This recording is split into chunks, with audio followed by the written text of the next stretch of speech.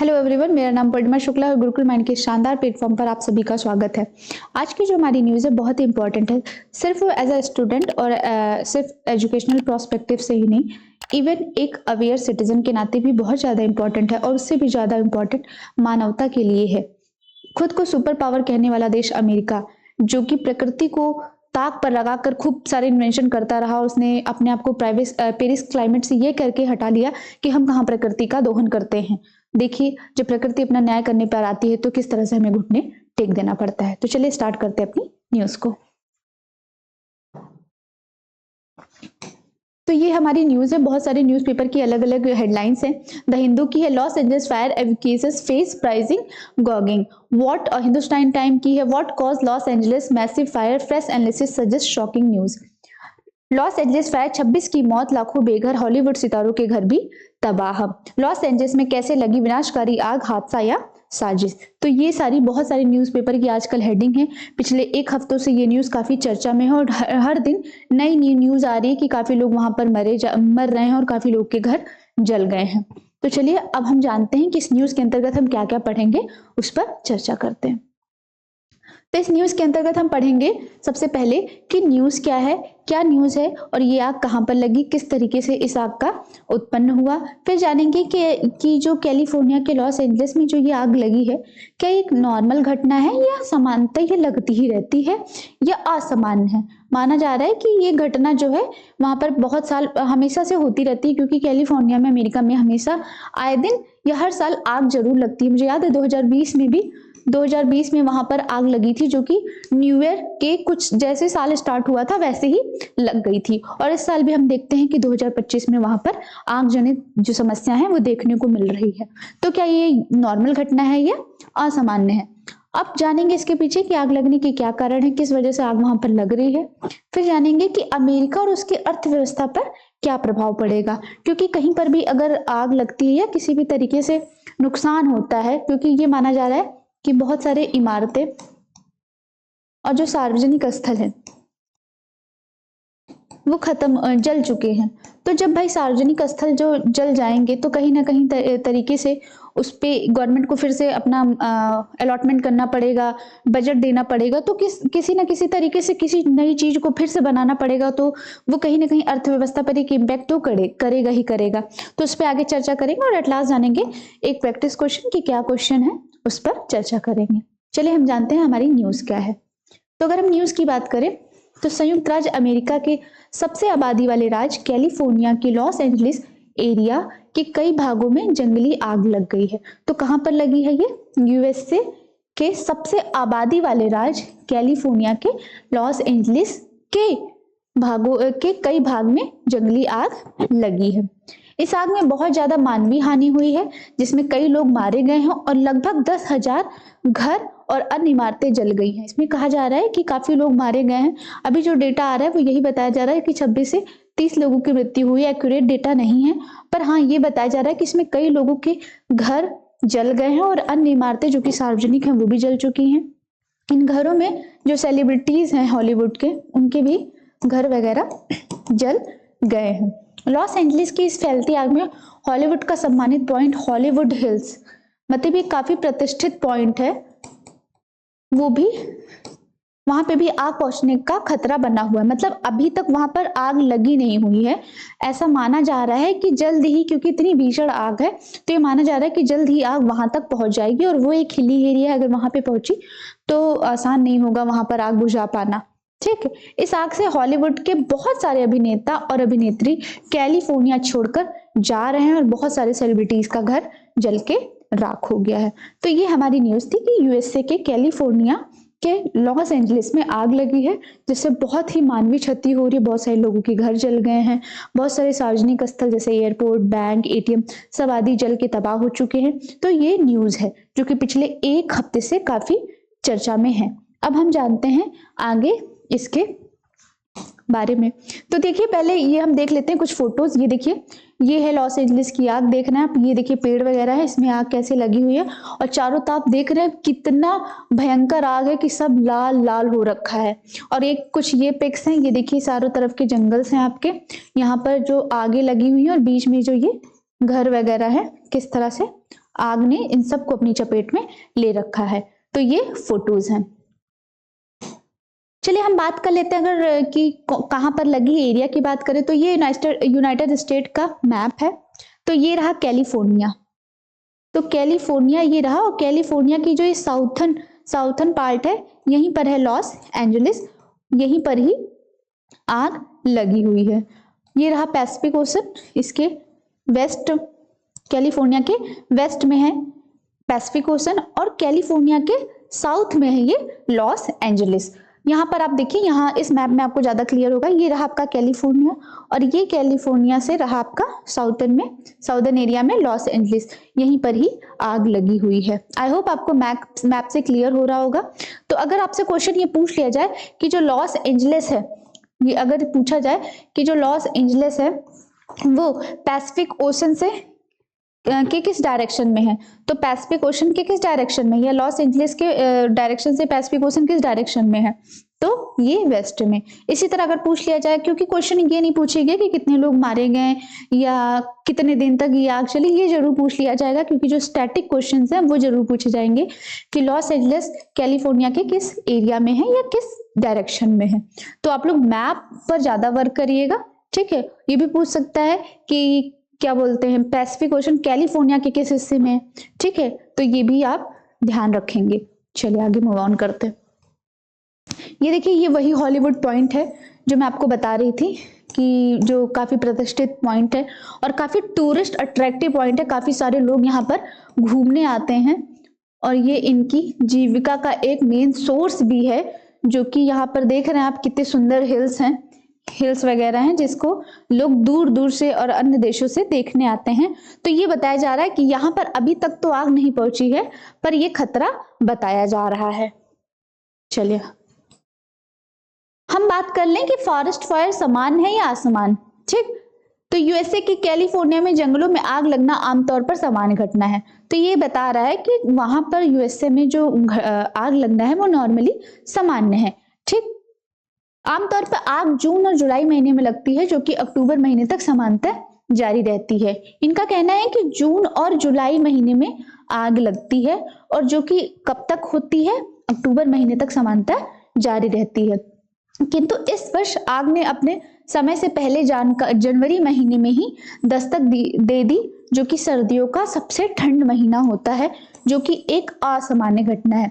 Generally यहाँ पर जो आग लगती है वो एक टाइम पीरियड है, जून और जुलाई, जो कि गर्म मौसम का दिन है तब लगती है, और जो जिसका टाइम पीरियड होता है अक्टूबर महीने तक। पर इस बार क्या हुआ कि जनवरी में ही आग लग गई, जो कि अपने टाइम का सबसे ठंडा महीना होता है, उसमें ही आग लग गई। अच्छा, वैसा क्यों कहा जा रहा है कि भाई आग लगनी है? तो आप ये सोच रहे होंगे गर्मी और ठंडी का क्या लेना देना है। क्योंकि जो गर्मी होती है, क्योंकि यहाँ पर एक कहा जाता है कि शुष्क विंड होती है, वो चलती है, जो कि हाई प्रेशर जगह पर बिल्ड होती है, और जब हाई प्रेशर और लो प्रेशर इकट्ठा बिल्ड होते हैं तो जो हाई प्रेशर बिल्ड होती है वो नीचे की तरफ आती है पैसिफिक ओशन की तरफ, और वो ऊपर उठती है, कंप्रेस होकर हीटअप करती है, जिसकी वजह से वो ह्यूमिडिटी को कहीं ना कहीं कम कर देती है और मॉइस्चराइजर को पूरी तरह से सोख लेती है और टेम्परेचर को बढ़ा देती है, और काफी झोंके से हवाएं एक जगह से दूसरी जगह चलती हैं, जो कहीं ना कहीं जो फॉरेस्ट एरिया होता है उसको पूरी तरीके से ड्राई कर देती है, जिसमें आग आराम से पकड़ सकती है, आग आराम से भड़क सकती है। तो क्योंकि जनवरी जो है, जनवरी का महीना वो काफी ठंडा होता है, तो ऐसे टाइम पर ह्यूमिडिटी ठीक ठाक होती है। इतना आसान नहीं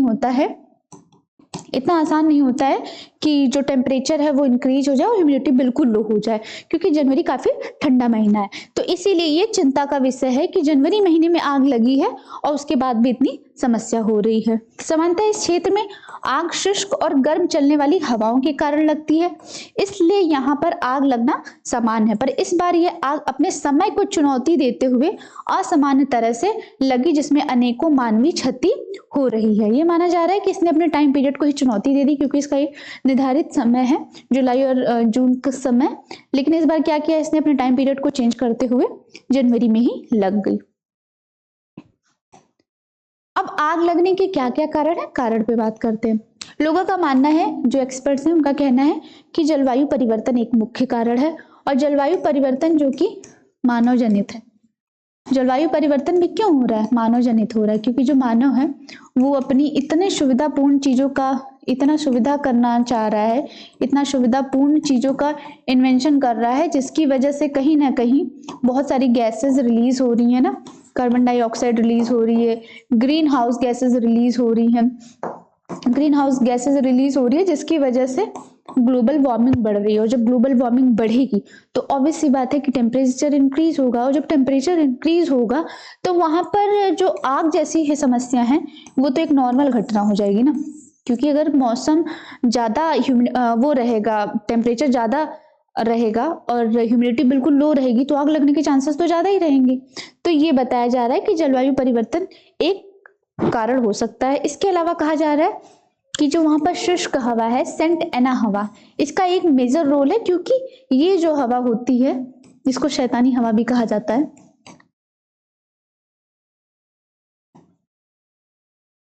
ये क्या करती है, हाई प्रेशर की विंड होती है जो कि कंप्रेस्ड होकर हीटअप करती है और काफी तेजी से हवाओं को इधर झोंकों से इधर से उधर ये फैलाती है। ठीक, तो एक ये रीजन बताया जा रहा है। तीसरा रीजन बताया जा रहा है कि जो मानवीय त्रुटि है, यानी कि मानव की लापरवाही की वजह से भी ये आग लग सकती है। अगर इसका हम राजनीतिक प्रोस्पेक्टिव देखें तो राजनीतिज्ञों का कहना है कि ये तो आग जानबूझकर लगाई गई है। उनका कहना है कि ये तो जानबूझकर लगाई जा रही है। स्पेशली ट्रम्प का कहना है कि ये इसके पीछे का कोई और रीजन है। ठीक है, क्योंकि वो अभी हाल ही में ही प्रेसिडेंट बने हैं, तो उनको ये लग रहा है कि कहीं ना कहीं ये मेरे अगेंस्ट एक साजिश है। दूसरी अगर बात करें तो जो एक्सपर्ट्स हैं उनका कहना है कि ये मानव की लापरवाही है, यानी कि कोई जो मानव है उसने सिगरेट वगैरह पी लिया और पी कर उसने कहीं पे ऐसे फेंक दिया और किसी पेड़ में वो उसकी चिंगारी लग गई, जिसकी वजह से आग जो है काफी फैल गई। ठीक, तो ये 3 रीजन है। अब चलिए बारी बारी से डिस्कस करते हैं। जलवायु परिवर्तन, कैलिफोर्निया में जंगल की आग पर जलवायु परिवर्तन एक मुख्य कारण है, ऐसा अनुमान लगाया जा रहा है। ठीक है, 1972 से 2018 के दौरान कैलिफोर्निया ने वार्षिक जले हुए क्षेत्र में 5 गुना वृद्धि का अनुभव किया, जिसका मुख्य कारण गर्म जंगल की आग के विस्तार में 8 गुना से अधिक वृद्धि थी। 2023 में एक स्टडी हुई थी, उसमें यह बताया गया कि जो अमेरिका है वहां पर ज्यादातर आग लगती रहती है, पर उसने पिछले 2 दशक में क्या किया है, पिछले 2 दशक में 5 गुना का बढ़ोतरी किया है। मतलब उसकी आग में 5 गुना की बढ़ोतरी की जा रही है। और जो ये आप जंगल की आग के विस्तार में 8 गुना की, जनरली जो है 5 गुना की वृद्धि बताई जा रही है, जबकि जंगल में 8 गुना की वृद्धि बताई जा रही है। अब जंगल की आग ज्यादा क्यों बढ़ रही है, क्योंकि उसके पीछे का रीजन है कि वहां की जो झाड़ियां हैं और जो वहां के ट्रीज वगैरह है, जो ट्रीज है वो जो है शंकुधारी वन है, क्योंकि वहां पर शंकुधारी पेड़ है। तो शंकुधारी पेड़ होने के नाते और झाड़ियां होने के नाते जो ये पेड़ होते हैं, इनकी जो पत्तियां होती हैं, इन पे तेल जमा हो जाता है, और जब एक बार आग लग जाती है तो आग जो होती है वो तेल को काफी, उसके लिए एक अच्छा वो होता है आग को भड़काने के लिए। तो जो इन पत्तियों पर तेल होता है वो आग को भड़काने का काफी अच्छा काम करती है, और जो ये झाड़ियां होती हैं ये भी एक अच्छा कार्य करती हैं। तो इसमें ऐसा चाहिए गवर्नमेंट को कि अपनी जो ये झाड़ियां हैं उनको या तो कटवा दें या कम कर दें, पर नहीं, अगर ऐसा किया जाता तो शायद जो 8% की जो वृद्धि हुई है इसमें कुछ तो कम होता। तो ये एक रीजन बताया जा रहा है कि जनरली 5 गुना की वृद्धि हुई है, पर अगर जंगल की आग की बात करें तो उसमें 8 गुना की वृद्धि हुई है। जंगल की आग के क्षेत्र में वृद्धि संभवतः ग्लोबल वार्मिंग के कारण, वायुमंडलीय शुष्कता में वृद्धि के कारण हुई है। किस किस वजह से हुई है, एक तो ग्लोबल वार्मिंग के कारण, और दूसरा जो एटमॉस्फेयर में शुष्कता में वृद्धि हुई है उसके कारण हुई है। अब वायुमंडल में शुष्कता क्यों हुई है, इसके पीछे का भी वही रीजन है, हमारी भोग विलासतापूर्ण जो शैली है। ठीक है, जो कि हम गाड़ियां हैं चला रहे हैं, इतना ट्रांसपोर्ट कर रहे हैं, चला रहे हैं, तो उसमें से भी जो भी कार्बन एमिशंस निकलते हैं, carbon dioxide, green house gases, तो वो कहीं ना कहीं ग्लोबल वार्मिंग का जो टेम्परेचर है उसको तो इंक्रीज ही कर रही है ना।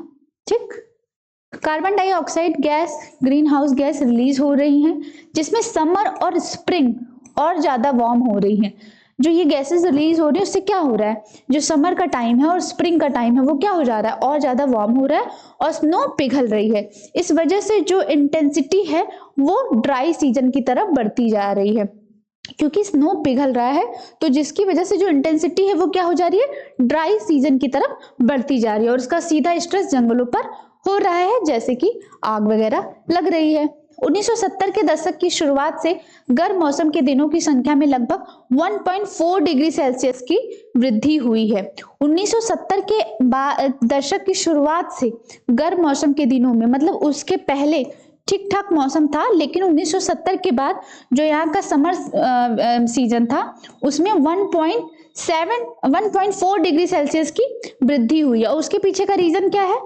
Global warming. क्या है, ग्लोबल वार्मिंग, जो कि एक शताब्दी वार्मिंग प्रवृत्ति का हिस्सा है। तो इसके पीछे का भी रीजन वार्मिंग हिस्सा है, वार्मिंग है।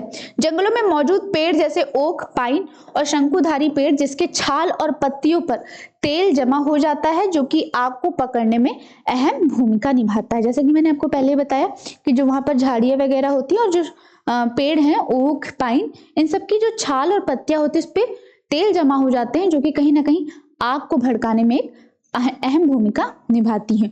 तो ये हमारा हो गया जलवायु परिवर्तन का। अब हम आगे चलते हैं।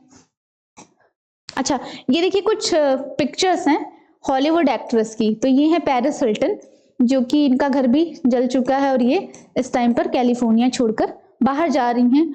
और ये बेन एफ्लेक, इन्होंने बैटमैन का रोल प्ले किया था, इन्होंने बैटमैन का रोल प्ले किया था। और ये माइकल, इन्होंने भी बैटमैन का रोल प्ले किया था। खुद को सुपर पावर कहने वाला देश अमेरिका, जो इतनी अच्छी अच्छी मूवियां बनाता है, अपनी मूवियों में इतनी सुपर पावर्स दिखाता है, ऐसी मूवियां बनाता है कि हम दुनिया में सब कुछ कर सकते हैं ना, ऐसी ऐसी कॉन्सेप्ट लेकर आता है। ये देखिए ये बैटमैन, जो कि कुछ भी कर सकते हैं ना, सबके लिए हमेशा अवेलेबल रहते हैं, तत्पर रहते हैं, सारी चीजों को सही कर देते हैं। इन सब के घर जल चुके हैं और ये लोग अपना देश, अपना शहर छोड़कर बाहर जाने की कगार पर है। इसीलिए कहा जाता है कि जब प्रकृति अपना न्याय करती है तो वो किसी को नहीं देखती कि कौन अमीर है कौन गरीब है।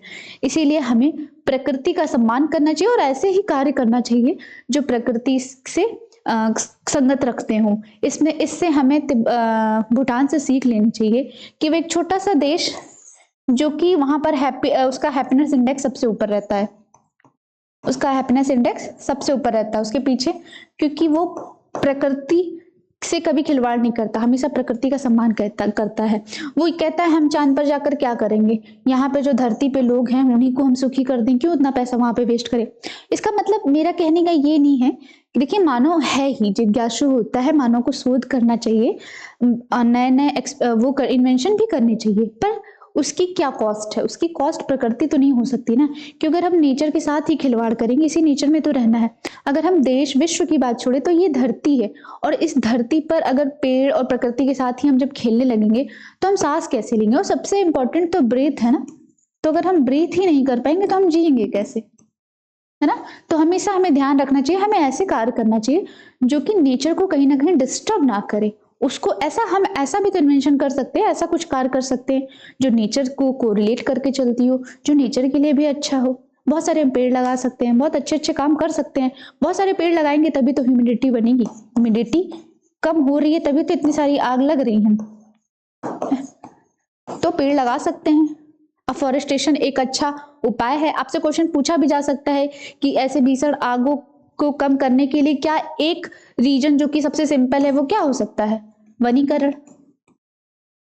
ठीक, चलिए अब सेंटा एना हवाएं की बात कर ले। तो सेंटा एना हवाएं क्या है उस पर चर्चा करते हैं। सेंटा एना हवाएं, जिन्हें कभी कभी शैतानी हवाएं भी कहा जाता है, ये अत्यंत शुष्क कैटाबैटिक हवाएं हैं जो अंतर्देशीय उत्पन्न होती हैं और तटीय दक्षिणी कैलिफोर्निया और उत्तरी बाजा कैलिफोर्निया को प्रभावित करती हैं। तो ये पूछा जाए कि सेंटा एना हवाएं किन किन एरिया को प्रभावित करती हैं, तो वो किसको करती हैं, जो कोस्टल है साउथ का कैलिफोर्निया का उसको, और उत्तरी बाजा कैलिफोर्निया को प्रभावित करती हैं। और ये कैसी होती हैं, अत्यंत शुष्क कैटाबैटिक होती हैं। ये पवनें सामान्यतः ग्रेट बेसिन पर मौसमी उच्च दाब प्रणाली के कारण उत्पन्न होती हैं। क्यों होती हैं पवनें सामान्यतः, कहां पर होती हैं, ग्रेट बेसिन, ठीक है। यूनाइटेड स्टेट जो कैलिफोर्निया है उसके इस साइड पर ग्रेट बेसिन पड़ता है, वहीं पर ही ये उच्च दाब प्रणाली के कारण उत्पन्न होती है, हाई प्रेशर की वजह से उत्पन्न होती है और ये परमानेंट नमी को कम कर देती हैं।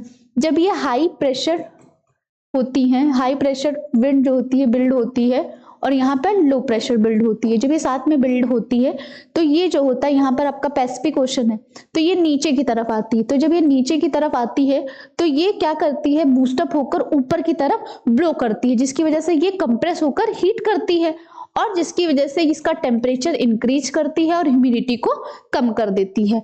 तो क्या क्या बता रहा है, परमानेंट नमी को कम करके तापमान बढ़ाकर और तेज हवा के झोंके के साथ आग का विस्तार करती है और क्षेत्रीय जंगली आग को भड़काती है। एक तो ये काम करती है कि टेम्परेचर को बढ़ा देती है, दूसरा ह्यूमिडिटी को यानी कि जो नमी होती है उसको बिल्कुल कम कर देती है और तीसरा काम करती है कि ये इतनी वेग में चलती है, इतनी स्पीड में कि झोंकों के साथ, मान लीजिए इस पेड़ पे अगर आग लगी हुई है तो इस पेड़ से यहाँ जाएगी और इस पेड़ पर भी ये आग फैला देगी। तो 3 इसके प्रॉब्लम है जिसकी वजह से इसको शायद सैलानी हवाएं भी कहा जाता है। संतायन हवाएं शरद ऋतु में आने वाले गर्म शुष्क मौसम के लिए जानी जाती है। कब जानी जाती है? ये शरद ऋतु में आने वाले गर्म शुष्क मौसम के लिए जानी जाती है, लेकिन ये वर्ष के अन्य समय में भी हो सकती है। इसका एक टाइम पीरियड है पर मतलब ये अनसर्टेन होती है, कभी भी आ सकती है। दक्षिणी कैलिफोर्निया में ये कम आर्द्रता गर्म संपीड़ित यानी कि हॉट कंप्रेस्ड और हॉट मासेस उच्च वायु गति के साथ मिलकर गंभीर अग्नि मौसम की स्थिरता को पैदा करती है। कहां पर यह करती है? साउथ कैलिफोर्निया में, और साउथ में ही आपका, कैलिफोर्निया के साउथ में ही तो आपका लॉस एंजलिस है, तो वहीं पर ये अपना प्रभाव दिखाती है। सेंटा एना हवाएं भी क्लियर हो गया। जलवायु परिवर्तन के क्या क्या रीजन थे वो भी हमने क्लियर कर दिया। अभी तक इसका जो आग लगी उसका एक्यूरेट रीजन नहीं पता चल पाया है, पर ये 3 कारण बताया जा रहा है। चलिए अब आगे चर्चा करते हैं। अच्छा, जो आग लगी है उसका कुछ पॉइंट है, उस पर चर्चा कर लेते हैं। तो ये जो आग है ये पैलिसेड फायर यहाँ से स्टार्ट हुई है, तो ये जो आग का जॉनर है ये यहीं से स्टार्ट हुआ है और ये 3300 एकड़ इसमें पूरा का पूरा आग लगी हुई है और यहाँ से ये एटन फायर जिसमें 2200 एकड़ एरिया में आग लगी है और यहाँ से हस्ट फायर, मतलब ये तीनों एरिया ज्यादा प्रभावित है और थोड़ा सा ये वाला एरिया भी प्रभावित है। तो आपसे क्वेश्चन किया जाए कि कौन सा एरिया जहां से ओरिजिन हुआ था आग का, तो ये कौन सा है? पैलिसेड फायर, यहीं से हुआ था और सबसे ज्यादा एरिया भी यहीं का कवर है। ओके, क्लियर हो गया होगा आपको। पूछा जाए कि पैलिसेड फायर जो है वो लॉस एंजलिस के किस डायरेक्शन में, तो ये वेस्ट में है। तो ये भी क्वेश्चन आप ध्यान रखेंगे। मैप को बहुत अच्छे से ध्यान दीजिएगा क्योंकि मैप बेस्ड काफी क्वेश्चन आने के चांसेस है, क्योंकि इसमें ऐसा कुछ नहीं पूछेगा कि कितने लोग मरे, कितने घर जले, ये पूछेगा आपसे स्टैटिक क्वेश्चन। तो आप स्टैटिक क्वेश्चन पे मैप पर ज्यादा रिलाय करिए। मानवीय त्रुटि की बात करें, ऐसा अनुमान लगाया जा रहा है कि यह आग कोई मानवीय त्रुटि है, जैसे कि किसी व्यक्ति के द्वारा सिगरेट आदि का अवशेष जो किसी पेड़ में चिंगारी पकड़ ली और उससे अन्य पेड़ों में आग फैल गई। जैसे मैंने आपको पहले भी बताया कि ये एक अनुमान लगा जा रहा है कि मानव की कोई लापरवाही है, क्योंकि यहाँ पर इस समय मौसम जो है शुष्क भी है और हवाएं चलती रहती हैं, शुष्क हवाएं चलती रहती हैं, उसकी वजह से किसी ने सिगरेट वगैरह पी और फेंक दिया और किसी पेड़ में उसकी चिंगारी लगने की वजह से वो आग धीरे धीरे ज्यादा बूम कर गई। ये इसका रीजन बताया जा रहा है। इसके अलावा यह भी कहना है कि शायद ये आग जानबूझकर लगाई गई है। मैंने पहले बताया कि जो पॉलिटिशियन है उनका कहना है कि ये जानबूझकर लगाई गई है। अभी तक इसका कोई एक्चुअल कारण नहीं पता चल पा रहा है कि आग लगने का क्या कारण है। ऐसा कहने के पीछे का कारण है कि एक शोध से पता चला कि ज्यादातर आग मानवीय लापरवाही यानी 85% आग लगने का कारण है। अच्छा, ये जो कहा जा रहा है कि जो मानवीय त्रुटि है, क्योंकि जब 2023 में एक स्टडी की गई थी तब उसमें बताया गया था कि जो भी ज्यादातर जो कैलिफोर्निया में आग लगती है उसका जो पीछे का कारण है वो 85% कहीं ना कहीं मानव उसका जिम्मेदार है। तो इस वजह से ये अनुमान लगाया जा रहा है कि शायद ये मानवीय त्रुटि है, पर एक्चुअल में भी कोई कारण नहीं पता चल पाया है। फिर भी हम अनुमान कर सकते हैं और साथ ही साथ हम ये भी कर सकते हैं कि प्रयास करें कि प्रकृति को ज्यादा छेड़े ना। चलिए अब जानते हैं कि अमेरिका की अर्थव्यवस्था पर क्या प्रभाव पड़ा है इसका। तो अगर हम बात करें अमेरिका की व्यवस्था पर क्या प्रभाव पड़ा है, क्योंकि अमेरिका का जो कैलिफोर्निया में लगी आग है, जो पहले से ही इतिहास की सबसे भीषण आग में से एक है, अनुमानित क्षति और आर्थिक नुकसान प्रारंभिक स्तर पे $50 बिलियन से अधिक है। ये बताया जा रहा है कि जो आग लगी है उसमें अमेरिका का $50 बिलियन से अधिक का जो है लॉस है, पर ये आंकड़ा जो है अब कहीं ना कहीं पहुंच करके 150 बिलियन हो चुका है, क्योंकि इतने सारे जो सार्वजनिक स्थल हैं, इतने सारी चीजें जो जल गई हैं, उसको फिर से रीबिल्ड करना पड़ेगा ना, तो कहीं ना कहीं वो इकोनॉमिक को इम्पेक्ट तो करेगा ही। जैसे मान लीजिए आपका एयरपोर्ट है, वो पूरी तरीके से ध्वस्त हो गया है, एटीएम है ना, हॉस्पिटल्स है, ये सब जल जा रहे हैं, तो इसको तो बनाना ही पड़ेगा ना। ये तो भाई प्रायोरिटी में आ गया है, हॉस्पिटल वगैरह, बैंक है, तो इसको बनाने में कहीं ना कहीं एक अमाउंट तो लगेगा, एक बजट लगेगा, तो कहीं ना कहीं वो इकोनॉमिकल प्रोस्पेक्टिव पर तो आ गया ना। तो अमेरिका का इकोनॉमिक लॉस यहाँ पर है। कैलिफोर्निया और लॉस एंजलिस अमेरिका का अत्यंत आबादी वाला और समृद्ध एरिया है, क्योंकि जो अमेरिका है, अमेरिका का जो कैलिफोर्निया है वो काफी समृद्ध है, मतलब काफी पॉश एरिया में आता है, ठीक है। उसके इधर में ही सैन फ्रांसिस्को भी पड़ता है, कैलिफोर्निया के जस्ट ऊपर। तो ये सारे के सारे जो एरिया हैं वो सीक्वेंस से कहीं ना कहीं प्रभावित हो रहे हैं।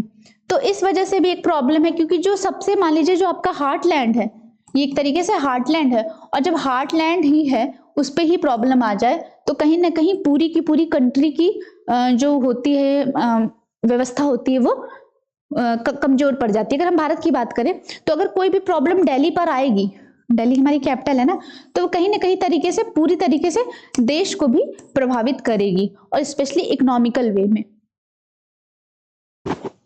इस एरिया में आग लगने से अनेकों इमारतें, सार्वजनिक स्थान आदि का नुकसान हो रहा है, जो कि आर्थिक दृष्टि से हानिकारक है। अमेरिका की जो बीमा कंपनियां हैं उनका कहना है कि इस आपदा में हम बीमा आदि को देने में सक्षम नहीं हो पाएंगे, क्योंकि इस आग में सभी चीजें जलकर खत्म हो जा रही हैं, उनके पास रहने के लिए स्थान नहीं है, सभी लोग देश छोड़कर भाग रहे हैं, अपनी जान बचाने के लिए ऐसे में बीमा भुगतान करना असंभव है। सब लोग LIC कराते हैं ना, जिंदगी के साथ भी जिंदगी के बाद भी। देखिए प्रकृति के आगे कोई स्कीम चलती नहीं है, ना ही जिंदगी के बाद ना ही जिंदगी के साथ, ठीक। देख लीजिए, ये इसका प्रमाण है। म्यूचुअल फंड में सब लोग इन्वेस्ट कर रहे हैं, यही है। देख लीजिए प्रकृति ने अपना कैसा न्याय किया। तो बीमा कंपनियों का कहना है कि जब सब कुछ तबाह हो गया है, बैंक जल गए हैं, क्योंकि जो भी लॉकर है या अमाउंट है जो भी किया गया होगा, सब एक जगह कहीं ना कहीं तो उसका एक ओरिजिन होगा ना, जहाँ पे रखा गया होगा, एक प्लेस होगा, तो सबका सब तबाह हो गया, तो बीमा कैसे देंगे? वो कह रहे हैं कि हम सक्षम ही नहीं है, सब तबाह हो गया, कहाँ से बीमा देंगे? तो ये रहा उसकी अर्थव्यवस्था पे प्रभाव, क्योंकि इतना ज्यादा लॉस हो गया है, इतना इतनी मानव की जान की हत्या गई है, सॉरी मानव की इतनी मृत्यु हुई है, इतना मानव को का जो घर है उसका लॉस हुआ है, इतने सार्वजनिक स्थल का लॉस हुआ है, तो ऐसे में अर्थव्यवस्था कहीं ना कहीं इम्पैक्ट तो जरूर करेगी। अब हम बात करेंगे अभ्यास प्रश्न की। तो चलिए हमारा अभ्यास प्रश्न आज का क्या है, निम्नलिखित में से सही कथन का चयन करें। कैलिफोर्निया की राजधानी लॉस एंजलिस है। जो कैलिफोर्निया है उसकी राजधानी क्या है? क्या लॉस एंजलिस ही उसकी राजधानी है? ये आपको बताना है। कैलिफोर्निया पैसिफिक महासागर के पूर्व दिशा में है, ये बताना है। और कैलिफोर्निया अमेरिका में स्थित है। केवल एक और दो, केवल 3 और इनमें से कोई नहीं। तो ये आप हमें कमेंट बॉक्स में बताएंगे। और अगर आपको सेशन अच्छा लगा हो तो लाइक, शेयर और सब्सक्राइब जरूर कर दें। ऐसे ही रेगुलर अपडेट के लिए गुरुकुल माइंड को जरूर फॉलो करें। और एक आपको मैं डिटेल दे दूं कि हमारा जो गुरुकुल माइंड है, ये हमारी इंस्टा ID है, ये हमारी टेलीग्राम ID है, ये हमारी फेसबुक ID है। और अगर किसी को भी एडमिशन कराना है तो वो हमारे इंस्टीट्यूट में विजिट कर सकता है, जिसका एड्रेस है ओमिक्रॉन फर्स्ट, ग्रेटर नोएडा, ठीक है। यहाँ पर अभी जो है काफ़ी अच्छे ऑफर चल रहे हैं,